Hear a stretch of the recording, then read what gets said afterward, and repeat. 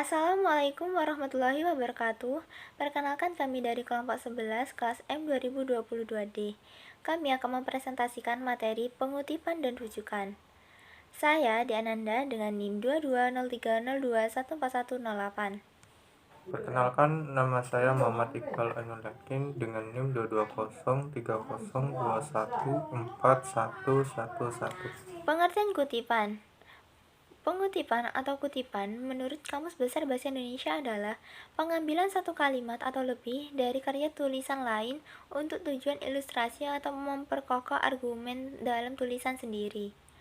Berdasarkan pengertian kutipan di atas, penulis dapat menulis ulang terhadap bahan bacaan atau pustaka yang telah dibaca. Dengan demikian, definisi kutipan adalah suatu kegiatan menulis satu kalimat atau lebih dari karya tulis lain yang dapat dipertanggungjawabkan untuk tujuan memberikan ilustrasi atau memperkuat argumen penulis dalam penyusunan karya ilmiahnya. Fungsi kutipan. Yang pertama, kegiatan pengutipan dapat menghindari pengutip dari kegiatan plagiarisme. 2. Membantu pembaca yang ingin memahami lebih lanjut tentang ide pengutip.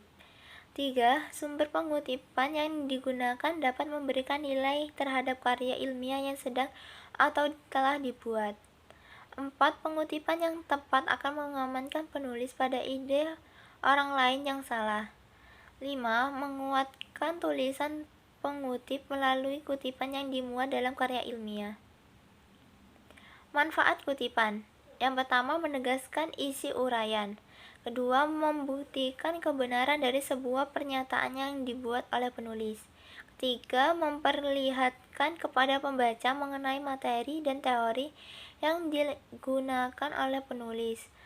Keempat, mengkaji interpretasi penulis terhadap suatu bahan atau teori kutipan yang digunakan. Kelima, menunjukkan bagian atau aspek di dalam topik yang dibahas. Tujuan kutipan. Yang pertama, sebagai landasan teori dari karya ilmiah atau suatu karangan. Kedua, sebagai penguat argumen atau pendapat penulis. Ketiga, sebagai penjelasan dari suatu uraian terhadap materi atau teori yang sudah diambil. Keempat, sebagai bahan bukti untuk dapat menunjang teori atau materi yang diangkat. Jenis-jenis kutipan. Jenis-jenis kutipan dibagi menjadi dua, yaitu kutipan langsung dan tidak langsung. Kutipan langsung dibagi menjadi dua lagi, yaitu langsung panjang dan langsung pendek. Langsung panjang dipisahkan dari teks menggunakan spasi, diberi jarak rapat antar barisan. Kemudian langsung pendek terintegrasi langsung dengan teks, tidak lebih dari 4 baris. Kutipan tidak langsung mengalami perubahan kalimat pada teks yang dikutip, diawali dan diakhiri dengan tanda petik 2. Kemudian pengertian rujukan. Dalam Kamus Besar Bahasa Indonesia, rujukan adalah keterangan lanjutan mengenai suatu hal atau bahan sumber yang dipakai untuk mendapatkan keterangan lebih lanjut, acuan, referensi. Berdasarkan pengertian di atas, bisa disimpulkan bahwa kata rujukan adalah kata yang mengacu pada suatu hal sebagai penghubung dengan kalimat yang menerangkan lebih lanjut. Jenis-jenis kata rujukan dibagi menjadi 3, yaitu kata rujukan benda, kata rujukan orang, dan kata rujukan tempat. Kata rujukan benda adalah kata ganti yang digunakan untuk merujuk pada suatu benda atau hal yang dianggap sebagai sebuah benda, seperti ini, itu, tersebut. Kemudian untuk kata rujukan orang adalah mengacu suatu hal yang diperlakukan seperti orang, seperti dia, ia, mereka, beliau.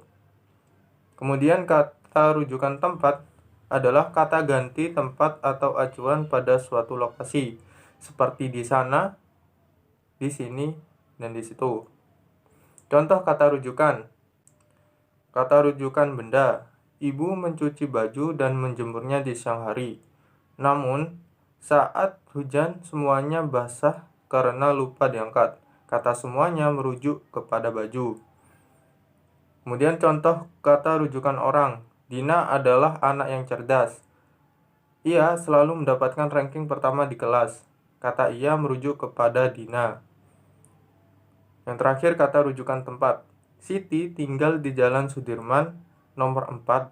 Di sana ia tinggal bersama suami dan kelima anaknya. Kata di sana merujuk kepada tempat tinggal Siti. Sekian presentasi dari kelompok kami. Kurang lebihnya mohon maaf. Jika ada pertanyaan, silakan dipertanyakan. Wassalamualaikum warahmatullahi wabarakatuh.